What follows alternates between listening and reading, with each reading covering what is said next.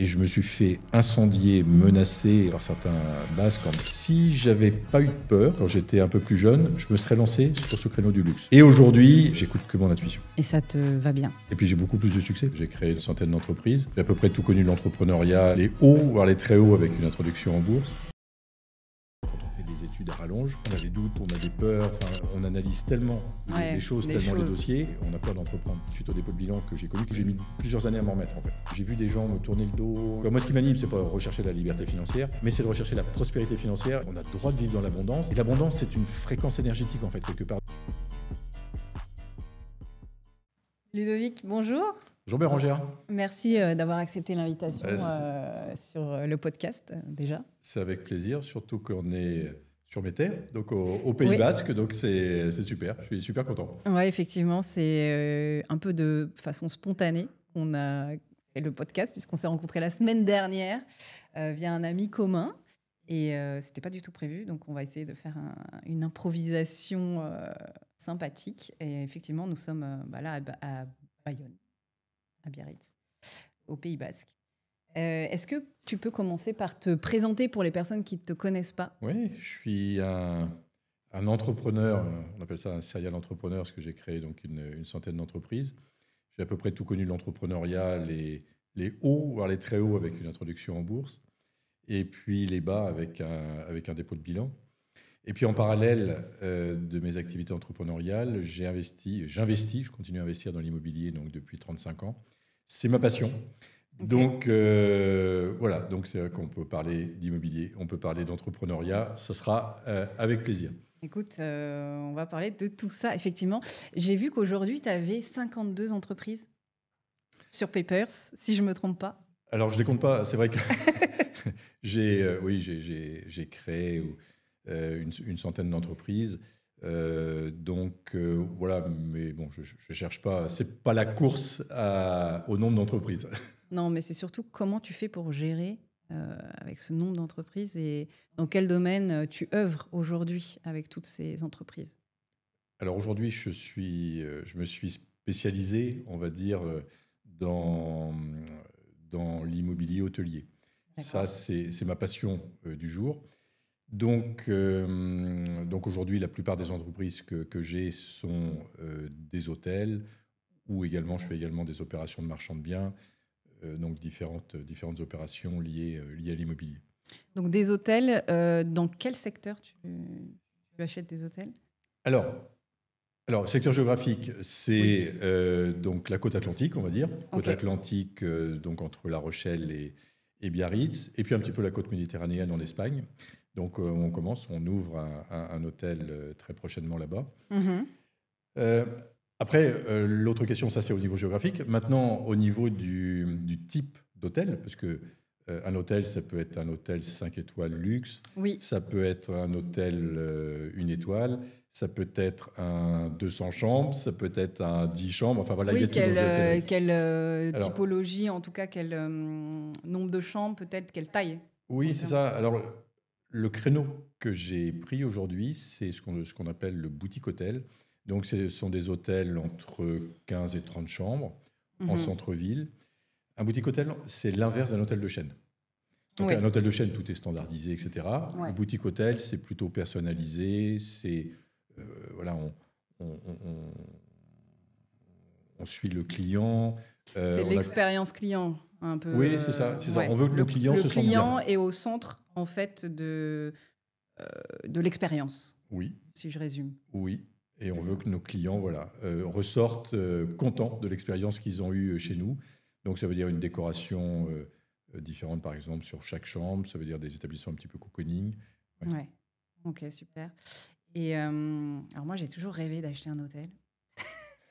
Comment je m'y prends, moi qui suis novice, pour acheter justement cette typologie d'actifs, novice, pas dans l'immobilier, mais dans l'hôtellerie. Par quoi je commence, comment je source et comment je sais si une opération est intéressante, surtout? C'est une bonne question. Alors, je vais peut-être expliquer comment nous on source aujourd'hui. Oui, comment tu fonctionnes. Ça sera peut-être plus facile. Au niveau du sourcing, aujourd'hui, comme on recherche des établissements en centre-ville, et je recherche des établissements qui ne fonctionnent pas pour les acheter moins cher, Ouais. c'est-à-dire que si on achète un établissement qui tourne, on va payer le fonds de commerce. Il faut savoir qu'un fonds de commerce hôtelier, ça peut aller jusqu'à 3 fois la valeur de son chiffre d'affaires. C'est-à-dire que si un établissement fait, je sais pas, 600 000 ou 700 000 euros de chiffre d'affaires, Ouais. eh bien, le fonds de commerce va valoir plus de 2 millions d'euros. Et Ok. donc, nous, en fait, dans notre stratégie de développement, on ne veut pas acheter de fonds de commerce. Donc, ça veut dire soit des établissements qui ne tournent pas, donc le fonds de commerce ne vaut pas grand-chose, soit des établissements qu'on crée. Alors, moi, j'ai une petite préférence pour l'établissement que je crée. Et au niveau du sourcing, on recherche des immeubles 600, 700 mètres carrés Ok. en centre-ville, tout pourri, donc, dans lequel il y a beaucoup de travaux à faire. Et à partir de là, comme ça on ne les achète pas trop cher en fait, Oui. et à partir de là, on fait ce qu'on veut faire. Donc nos 25 chambres, avec notre cahier des charges qui nous est propre. Et on va créer un fonds de commerce, et donc on va créer de la valeur comme ça. Ok. Et comment tu sais estimer en fait la rentabilité? Enfin, moi, par exemple, dans la promotion, on fonctionne avec le bilan promoteur en termes d'estimation de valeur vénale. Et je crois que dans l'hôtellerie, c'est plus la méthode des ratios, si je dis pas de bêtises. Oui, enfin, on va fonctionner avec un bilan d'exploitation. Ok. Ce ne sera pas un bilan promoteur, mais ça Ok. sera Ok, intéressant. un bilan d'exploitation. C'est-à-dire qu'on va regarder le prix de la chambre Ouais. dans la ville dans laquelle on va être. On va regarder le taux d'occupation moyen. Ouais. Moi, je vais faire un budget prudent. Et puis, à partir de ce moment-là, eh bien, on détermine donc notre chiffre d'affaires, nos charges. Donc, on sait que sur un 25 chambres, par exemple, on va avoir peut-être 3 CDI. Mhm. Et puis après, on va prendre du personnel de ménage en complément. Et donc, ça, c'est une charge importante. On va avoir l'amortissement, bien sûr, du bien. Et puis après, les frais de fonctionnement, petit déjeuner, etc. Mhm. Donc, on établit ça. On détermine notre compte de résultat prévisionnel. Et puis là, on regarde si ça tourne ou pas. Moi, je vais chercher un rendement, enfin un cash flow autour de 10%. 10% net ou brut? Alors, 10% net hors emprunt. Je ne parle pas d'emprunt, D'accord. mais parce qu'il y a différents moyens de financer l'hôtel. Donc, voilà, moi, je vais chercher du 10% net. Un cash flow qui va faire 10%. C'est-à-dire que si on fait... si on a un investissement global, je donne Un des exemple. exemples, de 3 millions d'euros ou de 2 Ouais. millions d'euros, on Ouais. va prendre 2 millions d'euros, eh bien, il faut au moins que j'ai un cash flow de 200 000 euros. Par an. Oui. Ok. Super. Et c'est quoi les indicateurs de performance? Tu parlais du taux d'occupation. C'est quoi le taux moyen en fait? Tu prends 80%, c'est... Ça dépend des villes. Ouais. Là, on est au Pays Basque, donc on a 3 établissements au Pays Basque. Sur Biarritz, par exemple, on est à autour de 90% de taux d'occupation à l'année. Ok. On a un établissement à Sarre, un petit peu plus à l'intérieur des terres, où là, on va être fermé l'hiver, parce qu'il n'y a pas le marché. Hmm. On a un établissement sur Asquin, on va être ouvert toute l'année, mais on a un TO un petit peu plus faible, donc l'hiver, donc on va être à peut-être entre 75 et 80% de TO à l'année, ce qui est déjà pas mal. Voilà, donc ça, on va s'adapter varie. selon la ville, mais sachant que dans mon provisionnel, je vais prendre quelque chose de prudent, toujours. C'est quoi prudent? C'est-à-dire que si intuitivement, je pense qu'on va faire 80% de TO, dans mon provisionnel, je vais prendre 70, par exemple. Ouais, tu vas en dessous en fait de ce que du taux moyen. C'est ça. Ok. Moi, j'ai entendu parler aussi du revenu par chambre. Oui. Et quelle est la place, l'importance de cet indicateur dans Oui, l'hôtellerie? Ce qu'on appelle le RevPAR. Ouais. Oui, c'est important. Alors là, bien évidemment, ça va dépendre aussi des villes. Ça ne va pas être le même revenu par chambre à Paris, à Biarritz, sur Asquin, sur Sarre. Donc, on va s'adapter, en fait. Mais oui, c'est important dans le critère. Donc, tu mesures, si je dis une bêtise, la chambre, elle est à 100 € la nuit. Tu mesures 80% d'occupation, donc tu multiplies par le taux d'occupation et tu sais à peu près le chiffre d'affaires que ça va te générer. C'est ça. Ok. Jusqu'ici, ça va. Exactement, c'est parfait, Bérangère. Ok, j'ai bien révisé avant. Tu es prête à te lancer dans l'hôtellerie, tu vas voir. Justement, est-ce que c'est accessible à tout le monde? Oui, alors tout dépend du financement. En Ouais, fait, évidemment, il faut arriver à financer l'établissement. Donc, alors, pareil, un établissement de 25 chambres, ça peut être un petit peu plus d'1 million d'euros dans une ville secondaire. Ouais. Et sur Biarritz ou sur Paris, on va être à plusieurs millions d'euros. Bon. Donc maintenant, pour commencer, moi j'invite plutôt à commencer dans une ville secondaire. Une ville secondaire, Sarre par exemple, ou Asquin, ce sont des villes secondaires où l'immobilier est beaucoup moins cher qu'à Biarritz, si on parle du Pays Basque. Alors, au niveau du financement, il y a plusieurs possibilités. Soit, alors, nous, on fait appel à nos fonds propres et aux banques. Oui. D'autres personnes feront appel à des associés, d'autres personnes feront appel à des fonds obligataires. Enfin, voilà, il y a plein de possibilités de financement. Voilà, tout dépend de la situation de chacun. Mais si tu veux te lancer dans l'hôtellerie, ça peut être intéressant, en effet. Alors, soit si tu as une capacité d'endettement autour d'1 million d'euros, pas de souci, tu peux te lancer, pourquoi pas. Je ne crois pas que mon banquier va accepter. Eh bien, à ce moment-là, tu trouves un associé, Ouais. soit qui va apporter une partie de cash un peu plus importante, soit qui va financer l'ensemble, ou soit tu fais appel à des obligations, pourquoi pas. Parce qu'il te demande un apport quand même Oui, je pense. c'est comme un financement classique professionnel. En fait. Oui, Ouais. un financement classique professionnel, donc on va être autour de 20% d'apport, 15-20% d'apport. Ouais, 15-20.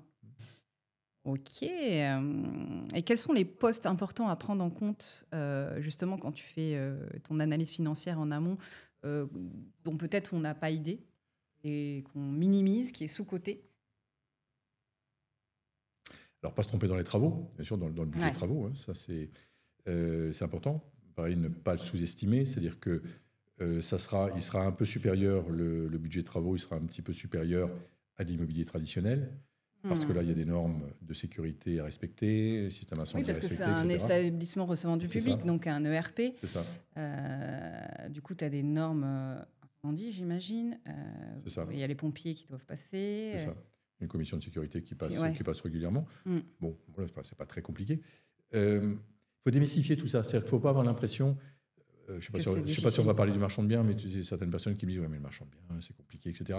L'hôtellerie, c'est compliqué. » Non. Enfin, j'accompagne en ce moment en mentorat une personne qui a beaucoup de restaurants à Paris et à côté. C'est un pro de la restauration et il avait un peu peur d'investir dans l'hôtellerie. Je dis non, l'hôtellerie c'est plus simple que la restauration. Enfin, moi je connais aussi l'aspect restauration. Ouais. C'est plus simple que la restauration et je trouve que c'est plus sympa. Il y a moins de personnel à gérer, moins de turnover. Donc, non, il faut démystifier ça. C'est-à-dire que l'hôtellerie, c'est pas compliqué. C'est beaucoup de bon sens, si tu veux. Ah, de bon sens. J'ai eu un débat hier avec un ami sur le bon sens, parce qu'on l'entend beaucoup dans la politique, et le bon sens, d'après notre échange, c'est pas forcément... On associe ça à l'évidence, et une évidence, c'est pas forcément une évidence pour tout le monde. Moi, je suis assez pragmatique comme fille, donc je trouve que le bon sens, c'est bien. Mais il peut être subjectif. Oui, non, bien sûr, il va être différent selon chacun. Voilà, c'est ça. Bien évidemment, mais comme chacun, on est amené à travailler sur des domaines d'activité différents. Mais en tout cas, moi, ce qui m'a conduit dans mes activités entrepreneuriales, c'est le bon sens. Et autour de moi, en fait, j'ai beaucoup d'entrepreneurs qui sont des autodidactes. Ouais. Et c'est parce que ce sont des autodidactes qu'ils ont très bien réussi, grâce à leur bon sens. Parce que souvent, quand on fait des études à rallonge, voilà, on a des doutes, on a des peurs, enfin, on analyse tellement les choses, les dossiers, qu'on n'entreprend pas. Et on a peur d'entreprendre. Les croyances. Oui, les croyances. Et puis aussi, alors, moi, je ne sais pas si j'ai eu la chance ou la malchance de faire des études, j'en sais rien, mais enfin bref, j'en ai fait. Est-ce que ça m'a aidé? Non. Ça m'a peut-être même limité à certains moments, parce que justement, j'analysais trop. Ouais, je vois, dans la réflexion. Et tu associes le bon sens à l'intuition? Ou pas du tout? Oui, on peut le rapprocher de l'intuition. Et ça, c'est un domaine sur lequel on peut rester, parce que je trouve que l'intuition, c'est tellement fort. D'écouter son intuition, en fait, son ressenti. Son ressenti. Mais même quand on sélectionne un hôtel, un bien immobilier ou autre, aujourd'hui, moi, j'écoute beaucoup plus mon intuition. En fait, je pense qu'on a tous de l'intuition, mais on l'écoute plus ou moins. Et souvent, surtout quand on est très analytique, en fait, on l'écoute peu, en fait, son intuition. Alors, moi, je suis passé par différentes phases. Au début, je n'écoutais pas du tout mon intuition, même si mon intuition avait raison, et elle avait tout le temps raison, en fait. Je ne l'écoutais pas. Et ça m'a coûté beaucoup d'argent, d'ailleurs. Ah ouais. Pas mal de déboires et beaucoup d'argent pour écouter mon intuition. Et ensuite, je suis passé par une phase où je faisais les deux. J'écoutais mon intuition, mais je validais en fait avec les budgets, avec le côté plus technique, rationnel. Et aujourd'hui, j'écoute que mon intuition. Et ça te va bien? Ça me va beaucoup mieux parce que c'est beaucoup plus rapide. Et puis, j'ai beaucoup plus de succès. Et est-ce que tu le fais aussi, tu le pratiques, cette intuition, dans le recrutement? Parce que tu parlais justement du personnel dans l'hôtellerie. Aujourd'hui, on a quand même des difficultés à recruter dans la restauration. Est-ce que c'est le cas dans l'hôtellerie aussi? Oui, c'est la même chose dans l'hôtellerie. Un petit peu moins aujourd'hui qu'en sortie de Covid. Sortie de Covid, c'était vraiment la folie. C'était vraiment compliqué de recruter. Aujourd'hui, ça s'ouvre davantage. Et oui, pour rejoindre ce que tu dis, sur les derniers recrutements que j'ai faits de responsables d'hôtel, de directeurs d'établissement, j'ai su, 10 minutes après le début de l'entretien, j'ai su quelles étaient les bonnes personnes. Donc, oui, c'est plus intuitif qu'autre chose. Oui. Ouais. Comment tu t'y prends pour recruter? C'est quoi, bouche à oreille? Tu passes par des sites particuliers? Oui, nous, on n'a rien d'extraordinaire. C'est-à-dire qu'on passe par... on met des annonces sur Le Bon Coin, on met des annonces sur Indeed, c'est Indeed. C'est assez spécialisé hôtellerie et restauration. Donc non, rien de spécial. Oui, le bouche-oreille aussi. On a fait des très bons recrutements aussi en bouche-oreille ou en relationnel. Mais voilà, on n'a rien inventé là-dessus. On fait comme tout le monde. Ok. D'après toi, quelles sont les galères qu'il y a à gérer dans l'hôtellerie qu'il n'y a pas dans l'immobilier classique? Moi, je gère un patrimoine immobilier. Des galères, j'en ai tout le temps. Est-ce que dans l'hôtellerie, c'est différent? Est-ce que c'est plus, c'est moins? Et quelles sont-elles? C'est un petit peu plus parce qu'il y a de l'humain. Et alors que dans ton patrimoine immobilier, j'imagine, il n'y a pas beaucoup d'humains. Enfin, il y a des locataires, mais bon. Il y a des gestions locatives, il y a des locataires. Bon, mais là, c'est amplifié parce que là, tu as des clients qui sont satisfaits, des clients qui ne sont pas satisfaits, des clients qui vont, j'en sais rien, qui ne vont pas être satisfaits du petit déjeuner, etc. Donc, oui, il y a cette part humaine. Maintenant, tout dépend comment tu gères les choses et comment tu peux limiter les galères. Alors, d'une manière générale, moi, je délègue. Je délègue beaucoup. C'est-à-dire quand on recrute, par exemple, un responsable d'établissement, je lui dis, voilà, ce n'est pas la peine de m'appeler parce qu'il faut faire une remise de 10 € à un client ou offrir un petit déjeuner à un client parce qu'il y a eu un petit souci avec lui. Ça vous le gérez. Vous êtes totalement autonome dans tu ne fais pas de micromanagement, en fait. Tu fais confiance, tu donnes le cahier des charges et tu les laisses gérer. C'est ça. Et j'interviens sur là où je dois vraiment intervenir, sur les gros problèmes, ce qui est extrêmement rare, sur les recrutements. Et alors après, quand même, pour rejoindre ta question, il y a aussi des problèmes techniques. On peut aussi avoir des problèmes techniques dans un établissement hôtelier. Mais en fait, on se structure, si tu veux, au fur et à mesure. Et quand on a soit un hôtel, plusieurs hôtels, ou comme toi, tu as plusieurs biens immobiliers, il y a un moment où tu te structures. C'est-à-dire que tu vas commencer à déléguer. Voilà, tu vas avoir des personnes, tu vas peut-être avoir une équipe autour de toi. Et donc, en fait, oui, tu vas superviser, tu vas chercher les bonnes personnes à qui déléguer, tu vas superviser, mais en fait, tu vas moins intervenir. Donc, je suis pas certain qu'il y ait beaucoup de friction plus que dans l'immobilier classique. Voilà, et même dans l'immobilier classique, il faut arriver aussi à déléguer pour ne pas subir les aléas et les emmerdements. C'est le conseil que tu m'as donné la semaine dernière. Du coup, je me suis attelée à chercher une assistante que j'ai trouvée hier pour gérer mon patrimoine. Moi, je fais beaucoup de micromanagement. Action-réaction, en tout cas, c'est bien. Oui, ça, on ne peut pas me l'enlever. Par contre, c'est vrai que je fais beaucoup de micromanagement parce que j'ai ce côté un peu perfectionniste. J'aime bien que les choses soient bien faites dans le détail. Et souvent, quand ce n'est pas fait comme je veux, ça a le don de m'agacer, mais il faut que je lâche prise avec ça. Sinon, c'est trop de charge mentale. Oui, mais c'est vrai que c'est un gros travail sur soi de moins contrôler. J'en ai conscience. C'est déjà bien. Après, le mettre en pratique dans une habitude que tu as depuis des années, finalement, c'est un peu plus compliqué. Mais j'y travaille. J'y travaille. Super. Est-ce que l'hôtellerie de luxe est plus rentable? Oui, le luxe est un bon secteur. Ce n'est pas Ouais. mon secteur d'activité, mais c'est un très bon secteur. Le luxe en général. Le luxe, selon moi. oui, c'est en Mais- croissance. et en constante. hôtellerie en particulier. Et ça permet d'avoir un petit peu moins de chambres. Après, il faut avoir les codes. C'est toujours pareil. Ouais. Il faut avoir les codes au niveau immobilier. Mm. C'est-à-dire que l'immobilier de l'hôtelier de luxe, ce n'est pas le même, évidemment, qu'un 3 étoiles ou un 2 étoiles. Il faut avoir les codes, il faut avoir le service, il faut avoir... Donc oui, c'est un bon secteur, il faut aimer ça. Voilà, il faut être bien par rapport à ça. Alors moi, j'ai l'habitude de dire que si j'avais pas eu de peur, tu vois, quand j'étais un peu plus jeune, je me serais lancé sur ce créneau du luxe. En général, que ce soit dans l'immobilier, dans l'hôtellerie ou autre. général. Ok. En général, parce que c'est vrai que c'est un créneau quand même qui est sympa. Bon, pour différentes raisons, je m'y suis pas lancé, peut-être, enfin, certainement aussi par peur, par manque de confiance en moi.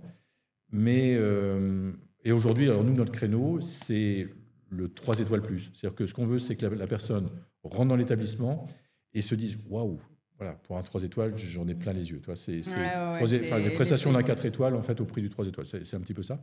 Enfin, ça, c'est notre concept. Ce qui permet d'avoir moins de services qu'un 5 étoiles, par exemple. Bon, chacun son créneau. Voilà. L'effet waouh, un peu. Donc en fait, c'est plus des prix moyenne. Pour nous, oui. Ouais. Ok. Oui. Les nuitées, elles sont c'est quoi en moyenne? Alors ça va dépendre des établissements, dépend, mais par exemple à Biarritz, sur Biarritz, je ne sais pas, là on est au mois de juin, on doit être à peut-être 110 ou 120 euros la nuit ce soir. Ok. Et s'il devait y avoir un pays dans lequel le marché de l'hôtellerie est plus porteur, ça serait lequel, selon toi? C'est une bonne question. Alors Ça fait moi, beaucoup de bonnes questions. je suis très curieux, j'aime bien l'innovation. Et donc on a eu un hôtel à Madagascar, par exemple. Ah oui. Avec un associé. Bon, c'était une bonne expérience, pas très lucrative, mais une bonne expérience. Je ne l'ai plus aujourd'hui. Là, on ouvre un hôtel donc, sur Pego, entre Valencia et Alicante, très prochainement. En Espagne. En Espagne, ouais. Oui. Les codes sont différents. Il y a plein de choses différentes. Alors, c'est intéressant parce que quand on aime bien l'innovation, c'est intéressant. Et quand on est passionné, alors, toi, j'ai voyagé à travers le monde et à chaque fois que j'arrive dans un pays, je regarde les agences immobilières, je regarde les petites annonces, je regarde ce qu'on peut faire et je réfléchis. Là, on était donc, il y a très peu de temps donc, à Marrakech et j'ai un de mes copains là-bas qui est dans l'immobilier. Voilà, j'ai voulu le voir, au grand désespoir de ma famille. Pourquoi? Il dit, attends, tu travailles ou tu es avec nous? Ah oui, ok. Mais non, j'ai voulu le voir pour comprendre le marché de l'hôtellerie à Marrakech. Il y a des choses à faire. Il y a des choses à faire pour répondre à ta question. Il y a des choses à faire. Maintenant, c'est pareil, il faut avoir les codes. Peut-être qu'un jour, je me lancerai là-bas. Bon, je veux d'abord que l'Espagne démarre bien, bien comprendre le marché espagnol avant éventuellement d'aller autre part. Donc, ouais, il y a plein de pays où faire de l'hôtellerie. Mais même en France, on peut faire de l'hôtellerie. Après, c'est vrai que certainement la rentabilité est meilleure dans un pays comme le Maroc, dans certains pays d'Afrique ou autres. Les rentabilités sont bien supérieures. Parce que le prix de base est moins cher, peut-être. Le prix de base de l'immobilier est moins cher. Ouais. Le prix, les salaires sont beaucoup, beaucoup moins chers, si je prends l'Afrique. Et le prix des nuitées est similaire. Donc, évidemment, forcément, il y a beaucoup plus de marge. Évidemment. C'est A plus B. Et ouais, donc ça peut vraiment être intéressant. Quand je vais au Maroc, par exemple, le SMIC est à 300 €. Il n'y a pratiquement pas de charge. C'est vrai que ça fait réfléchir. Ouais. Et les gens travaillent 40 heures par semaine, voire plus. En Espagne, c'est un peu moins cher aussi ou pas? L'Espagne, c'est un petit peu moins cher, mais ça rattrape la France. Ça rattrape rapidement, ça rattrape bien la France. Mais globalement, on va être à 15%. La masse salariale va être 15% inférieure à la France. Et comment t'expliques la montée des niches? Tu sais, on voit beaucoup d'écologes, des lieux de reconnexion, tout ça. Comment t'expliques ce phénomène, si je puis dire? Je ne sais pas si je peux l'expliquer, mais en tout cas, je le constate comme toi. C'est un créneau qui me plaît bien aussi. Donc, on a eu un centre de bien-être, on a eu un gîte dans lequel on a fait un centre de bien-être. Mais ça va être un petit peu au-delà, quand tu parles d'écologe et autres, ça va un petit peu au-delà. J'ai eu des projets comme ça, entre autres en Espagne, donc d'écologe en pleine nature, en montagne. Bon, ça ne s'est pas fait pour différentes raisons, parce que ça ne devait pas se faire. C'est un créneau intéressant. Non, c'est vraiment un créneau intéressant, mais ça va en effet de la cabane dans les arbres, au chalet, Tiny house. C'est ça. Et il y a aussi, j'ai entendu parler des hôtels de santé. Je ne sais pas si tu en as entendu parler, les hôtels hospitaliers, en fait. Ouais. C'est aussi des niches qui commencent à se créer. Ouais.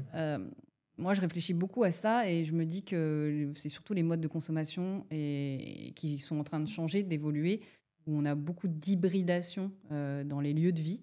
Le coworking, co-living, les résidences intergénérationnelles. Voilà, je pense que ça, c'est des phénomènes qui sont en développement et qui sont à prendre en compte dans l'investissement, enfin en tout cas l'entrepreneuriat dans les projets. Tu as tout à fait raison. Et c'est bien d'avoir cette ouverture d'esprit, je pense. Après, toujours la même chose. C'est-à-dire que, admettons, tu te spécialises dans les cabanes dans les arbres ou les écologes. C'est un créneau qui a ses codes. Donc, en faire un premier, tester, faire quelques erreurs, etc. Faire un deuxième, etc. Enfin, y aller progressivement. Ouais. Mais oui, je te rejoins. Ce sont des créneaux vraiment, vraiment intéressants. Et sur lequel, en effet, on peut rentrer. Peut-être le ticket d'entrée est moins important qu'un hôtel en centre-ville, par exemple. Donc, c'est intéressant. Oui, tu peux commencer par un, alors que là, tu parles de chambre, donc c'est un immeuble, c'est un monovalent. Donc, c'est effectivement, le ticket d'entrée, il est beaucoup plus élevé, quoi. C'est ça. C'est ça. Et moi, j'ai des personnes que j'accompagne dans mon mentorat, par exemple, qui ont fait au départ des love rooms. Oui, voilà, je cherchais le terme, justement, love room. Voilà, donc et ça fonctionne pas mal. Hein. Oui, ça fonctionne très bien. Enfin, il y en a quelques-uns. Et là, il va faire un écolodge, et puis certainement un deuxième, etc. Donc, mais il n'est pas très loin, en fait. Donc, il est sur ses bases, parce que la location courte durée, c'est pareil, il y a ses codes. Oui. Et donc, lui, il a appris le yield management, etc., est au bon prix, au bon moment, pour remplir ses love rooms. Maintenant, il le met à disposition donc, de ses lodges. Voilà. Souvent, si tu veux, on entre dans l'hôtellerie. Je ne dis pas par hasard, parce que moi, je ne crois pas au hasard, mais parce qu'on nous y amène. Toi, moi, par exemple, je suis arrivé à l'hôtellerie, pas parce que j'ai fait des études hôtelières ou autres, loin de là. Non, tout simplement parce qu'on avait des murs d'hôtel. Donc, en tant qu'investisseur, en fait, j'avais les murs d'un hôtel sur le lit de Ré. L'exploitant a fondu les plombs. On a été amené à reprendre l'exploitation de cet établissement hôtelier. Puis je me dis, mais c'est sympa. Puis c'est pas très compliqué. Et puis je fais beaucoup mieux que lui. Et puis, etc. Et donc, j'y ai pris goût. Et puis voilà, ça a été un hôtel, 2 hôtels, 3 étoiles, 3 hôtels.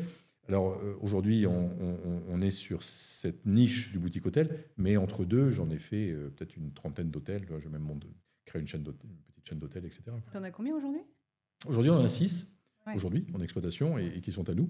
Mais dans ma carrière d'entrepreneur, voilà, j'en ai ouvert peut-être 20 ou 25 de plus. Quoi. Voilà, ok. Tu parlais tout à l'heure de dépôt de bilan. Comment on se remet d'un dépôt de bilan ? Tout dépend des personnes. Personnellement, j'ai eu du mal à m'en remettre. J'ai eu du mal à m'en remettre. Pourquoi ? Pour certaines personnes, moi j'ai des amis qui ont connu des dépôts de bilan. Et c'était pour eux un acte de gestion. Point barre. Et point barre. Et donc, voilà, ni chaud ni froid. Personnellement, je l'ai extrêmement mal pris. Et donc, j'ai mis plusieurs années à m'en remettre, en fait. Vraiment, je suis tombé, donc, suite au dépôt de bilan que j'ai connu, qui n'avait rien à voir avec l'immobilier ou l'hôtellerie, d'ailleurs, qui était lié à la construction bois, qui était une entreprise que j'avais, et la crise des subprimes, enfin bon, peu importe. Mais ouais, ça m'a fait vraiment descendre très très bas. J'ai vu des gens me tourner le dos, donc l'aspect humain a pris le relais. Alors il y a l'argent, bien sûr, tu perds beaucoup d'argent, mais pour moi, c'était pas le plus important. Le plus important, c'était l'aspect humain. Et voir des personnes qui te tournent le dos du jour au lendemain, etc., parce que tu es un loser, parce que tu as déposé le bilan. Bon, enfin, moi, ça m'a vraiment affecté. Et ça a changé ma manière de voir les choses. Alors, aujourd'hui, maintenant, ça fait 13-14 ans, donc avec le recul, je peux dire que heureusement que j'ai eu ce dépôt de bilan. Et en fait, cette épreuve, pour moi, c'était une bénédiction. Aujourd'hui, je dis ça. Bien sûr qu'à l'époque, je ne disais pas ça. Quand tu es dedans, ce n'est pas le cas. C'était dramatique. Moi, je suis tombé au fond du trou. Voilà, j'ai vraiment... Mais quelque part, c'était bénéfique parce que j'ai changé ma manière d'entreprendre, j'ai changé ma manière de vivre aussi, j'ai changé de région, enfin, etc.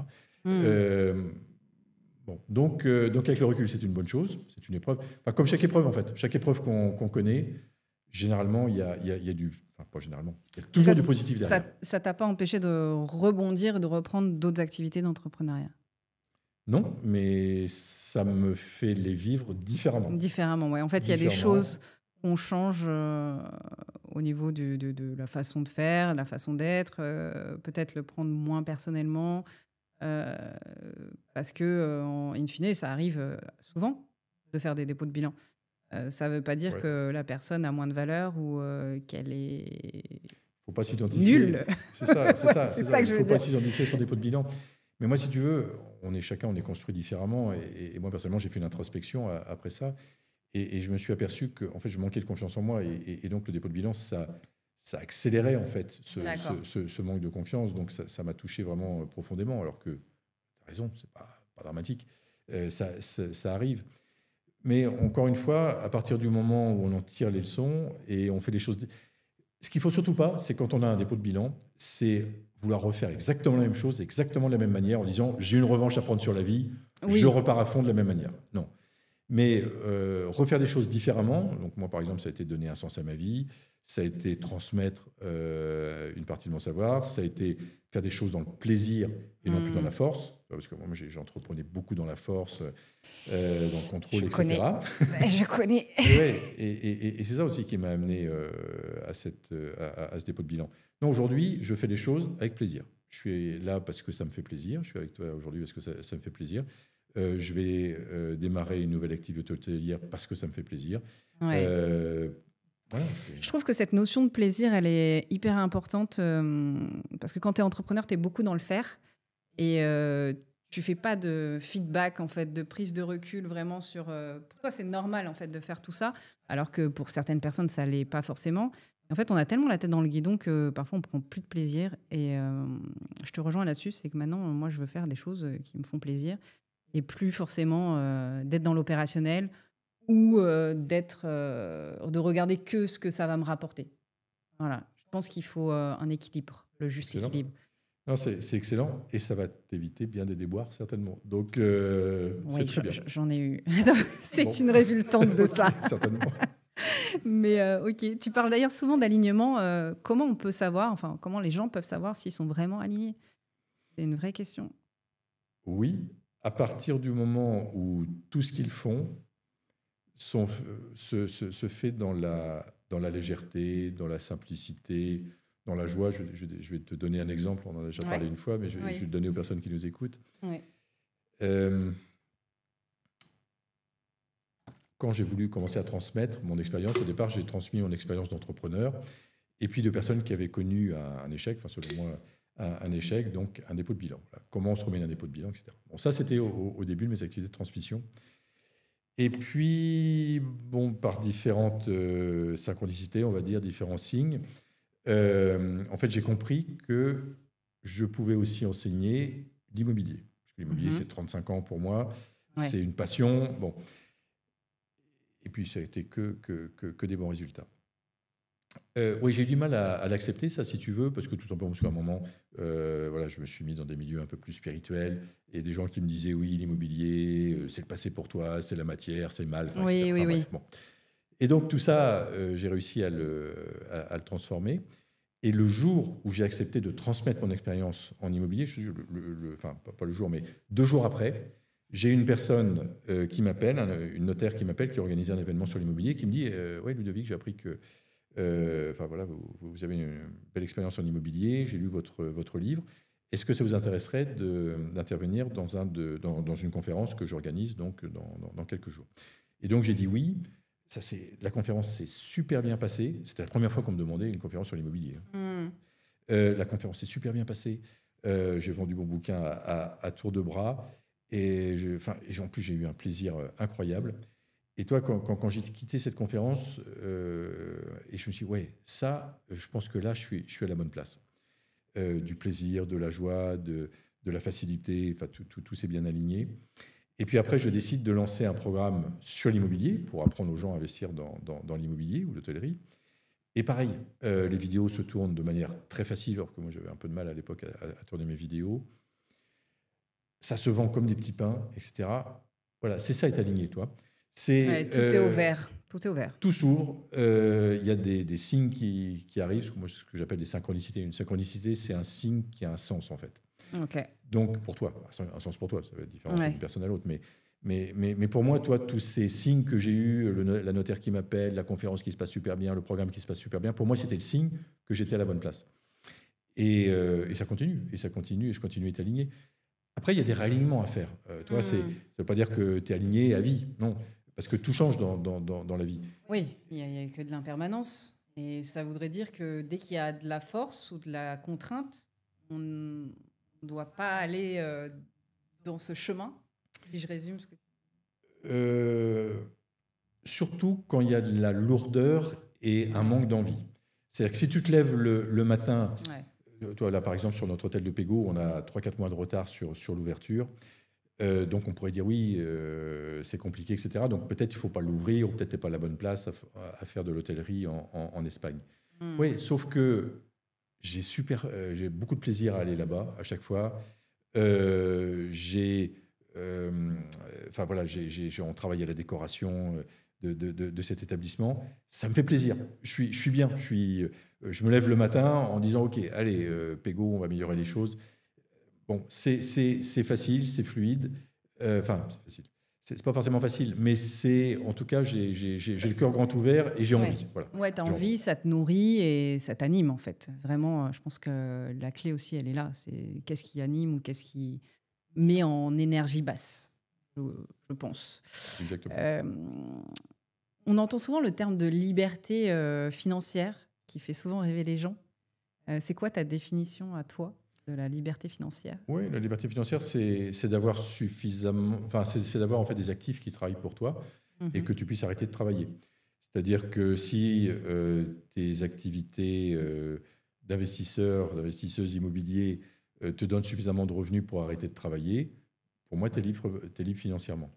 Okay. Alors, moi, je vais un petit peu plus loin. Moi, je parle plutôt aujourd'hui de prospérité financière. C'est-à-dire que parce qu'en fait, la liberté financière, personnellement, oui, je suis libre financièrement plus de 25 ans, donc quelque part, pas de souci. Mais sauf que je suis libre financièrement, mais je continue à travailler parce que ça me plaît. Oui. Donc, c'est pour ça que je parle plutôt aujourd'hui de prospérité financière. Moi, ce qui m'anime, c'est pas rechercher la liberté financière, mais c'est de rechercher la prospérité financière. Et en plus, c'est ça que j'aime bien transmettre également. C'est comment chacun d'entre nous peut devenir prospère financièrement. Et je suis convaincu que chacun, on peut devenir prospère financièrement. Il y a quelques règles. Il y a un mindset à avoir, mais on peut. Au bout de combien de temps? Parce que souvent, on voit là aussi des vendeurs de rêves sur Internet qui te promettent ça. Et en fait, ils vivent des formations. Moi, j'ai un peu du mal avec ce concept. Ça me braque un peu. Je ne sais pas pourquoi. Mais... La liberté financière En fait, en tout cas, la congruence entre les gens qui le vendent et finalement, ce qu'ils mettent en avant, puisque c'est plus de la formation, ils ne vivent pas forcément de leurs actifs. Voilà. Alors, je ne juge pas tout ça, mais... pardon, j'ai perdu le fil parce que j'imaginais la personne avec sa Ferrari, en effet, qui l'a loué pour la journée en train de tourner. Exactement. J'ai bien décrit le concept. Voilà. Oui, tu disais que tu ne collais pas tout à fait avec ça. Alors, la liberté financière ou la prospérité financière, en effet, ce n'est pas du jour au lendemain. Tout dépend de son mindset, en fait. Ça pourrait... on pourrait attirer, en fait, la richesse quelque part assez rapidement, mais on a tellement de croyances limitantes, etc., qu'il faut vraiment travailler sur soi. Et le travail sur soi, c'est le plus long. Donc raisonnablement, en tout cas par rapport aux critères de délai, selon moi, raisonnablement, on peut être indépendant financièrement au bout de 3-4 ans. Raisonnablement. Et j'ai vu des personnes autour de moi devenir indépendants financièrement, libres financièrement, après quelques années. Pourquoi ? Parce que vraiment, justement, ils se sont alignés entre qui ils étaient vraiment. Ils ont travaillé sur eux, travaillé sur leurs croyances limitantes, travaillé sur... comment attirer les choses dans la vie. Et pour moi, c'est 95% en fait du succès ou du critère de réussite, c'est le mindset. À partir du moment où on a un bon mindset, on y arrive assez rapidement. Attention, ce n'est pas facile. Moi, personnellement, je travaille sur mon mindset depuis des années et j'aime bien partager justement mes expériences là-dessus. Toi, par exemple, juste pour partager un exemple. Je me suis aperçu que j'avais une croyance limitante encore, là, il y a quelques jours, donc je la partage. Je ne sais pas pourquoi, mais dans mon esprit, en fait, la richesse, c'est un gâteau. C'est comme un gâteau. Donc, si tu utilises une partie du gâteau pour bien vivre, bah, tu vas peut-être moins donner. Exemple, moi, j'ai du mal à voyager en première classe. Je pourrais me permettre de voyager en première classe en avion, mais j'ai du mal parce que je me dis, bah ouais, mais tu vas payer ton billet 2, 3, 4 fois plus cher. Et puis, donc, tu vas faire moins d'humanitaire, par exemple. C'est un exemple, mais qui est concret pour moi. Donc, je ne voyage pas en première. Est-ce que je fais plus humanitaire? Non, j'en fais, mais j'en fais pas plus, en fait. Donc, et quelque part, ça me met dans un état de manque. Tu vois. C'est comme quand on va au restaurant et on va regarder le plat le moins cher sur la carte. Ben non, en fait, on a tous droit au meilleur, on a le droit de vivre dans l'abondance. Et l'abondance, c'est une fréquence énergétique, en fait, quelque part. Donc, si tu es abondant en permanence, si tu sais que tu as le droit au meilleur, à partir du moment où tu peux te le permettre, bien sûr, je ne vais pas dire à quelqu'un, voyager en première, et puis il va manger des pâtes pendant 3 mois. Non, ce n'est pas du tout ça que je veux dire. Mais si on peut se le permettre, et si on peut se permettre de se faire un bon resto, on se fait un bon resto. On ne regarde pas le prix. Tu vois ce que je veux dire? Je ne sais pas si j'ai bien expliqué les choses, mais ce que je veux dire, c'est que c'est une croyance limitante pour moi. Et en fait, je suis en train de transformer cette croyance limitante en me disant, OK, tu as le droit de vivre dans l'abondance en permanence, tu as le droit au meilleur en permanence. Pour moi, mais pour chacun d'entre nous, hein, c'est exactement la même chose. Et à partir du moment où on se met dans une fréquence d'abondance, eh ben, elle arrive. Parce que ça serait quoi si jamais le manque, si tu voyageais en première, il y a de la culpabilité? C'est ça, oui, c'est ça. Okay. Oui, effectivement. Ça pourrait être ça. Et donc, il y a la culpabilité, tu le vis mal, et donc tu n'envoies pas une bonne fréquence, en fait. Tu envoies une fréquence de manque. En fait, c'est s'autoriser à être dans l'abondance. Oui, effectivement, c'est une croyance. Okay. J'ai une dernière question. Plus sociologique, puisqu'on est au Pays Basque. Ici, il y a beaucoup de problématiques de logement pour les locaux. Déjà, qu'est-ce que tu en penses? Il y a beaucoup aussi par rapport aux résidences secondaires. C'est quoi ton avis sur ce contexte immobilier local? Voilà. Alors... Préparé. Et tu n'étais pas préparé à ça. Non, mais c'est pas grave, mais je vais peut-être donner un avis un peu dérangeant, c'est-à-dire que quand par exemple, parce que ça me concerne, on a fait une opération de marchand de biens où on a acheté en fait une vieille ferme donc dans la campagne basque et donc, j'en ai parlé dans une vidéo et je me suis fait incendier, menacer, en effet, par certains Basques en me disant « c'est une honte ce que tu fais ». Ok, je peux comprendre tout ça et difficulté pour certains à se loger. Mais moi, je ne prendrais pas les choses de la même manière. Comme je te disais, chacun a le droit au meilleur, chacun a le droit à l'abondance. Moi, si j'ai... Maintenant, ce n'est plus le cas, mais si j'avais 25 ans et que j'étais basque et que j'étais sans argent, ce que j'étais quand j'ai commencé dans la vie, hein, sans argent, sans aide particulière, je ne me battrais pas, je ne lutterais pas contre les personnes un peu plus fortunées qui habitent ici. Je me dirais, mais comment elles ont fait, en fait? Comment elles ont fait pour atteindre ce niveau, quelque part, d'abondance? Comment elles ont fait pour vivre dans une belle maison au Pays Basque? Et moi, ma croyance, c'est que chacun peut faire vraiment la même chose. Chacun peut faire la même chose. Alors, bien évidemment, si j'ai 25 ans, même si j'ai un CDI, je ne vais pas pouvoir acheter un appartement à 7 000 – 8 000 € le mètre carré. On est d'accord. Qu'est-ce que je vais faire? Je vais aller un peu plus loin. Je vais aller à 15-20 km. Je vais aller à Orthez. Je vais aller... j'en sais rien. Je vais aller... Orthez, c'est un peu plus loin, mais de Biarritz. Mais je vais m'éloigner un petit peu de Biarritz. Je vais acheter un appartement avec des travaux à faire à peut-être 70 000 €, 80 000 €, 100 000 €, je ne sais pas, même si c'est un studio, avec des travaux à faire, je vais faire mes travaux, je vais le rénover, je vais l'habiter un petit peu, et je vais le revendre avec 20 000 euros de plus-value, 15 000 euros de plus-value, Ouais. je ne sais pas. Et je vais commencer comme ça. Et un pas après l'autre, je vais me faire des revenus qui vont être de plus en plus conséquents, je vais devenir peut-être investisseur immobilier, etc. Et je vais avoir ma belle maison dans 15 ans, dans 20 ans, je ne sais rien, dans 10 ans, au Pays Basque. Toi, ce que je veux dire, c'est que se battre contre un état de fait sur lequel tu ne peux pas grand-chose, ou occuper... C'est juste mon humble point de vue. Hein, et bien, je sais que ça ne sera pas partagé par plein de personnes. Mais bon, moi, je préfère regarder, si tu veux, mon cas particulier, qui je suis, comment je peux améliorer ma vie. Moi, j'ai jamais été du style, quand je voyais quelqu'un en Ferrari, de dire, mais ouais, ça doit être un voleur, ça c'est... Ou s'il a une belle maison, ça c'est pas normal. Ou s'il a une belle voiture, c'est pas normal. Non, je dis, OK, comment tu as fait et je vais m'inspirer de cette personne-là pour faire la même chose. Et même si j'habite au Pays Basque, je pourrais. Alors oui, je ne vais peut-être pas vivre à Biarritz ou à Bayonne, et encore Bayonne c'est moins cher, quand j'ai 20 ou 25 ans. Mais on peut y arriver. Oui, au mérite et en fait au fait de, encore une fois, faire des choses, quoi, en fait, de s'inspirer d'autres. Mais chacun peut y arriver. Chacun peut la chance est pour chacun. Oui. Mais effectivement, il y a quand même des sujets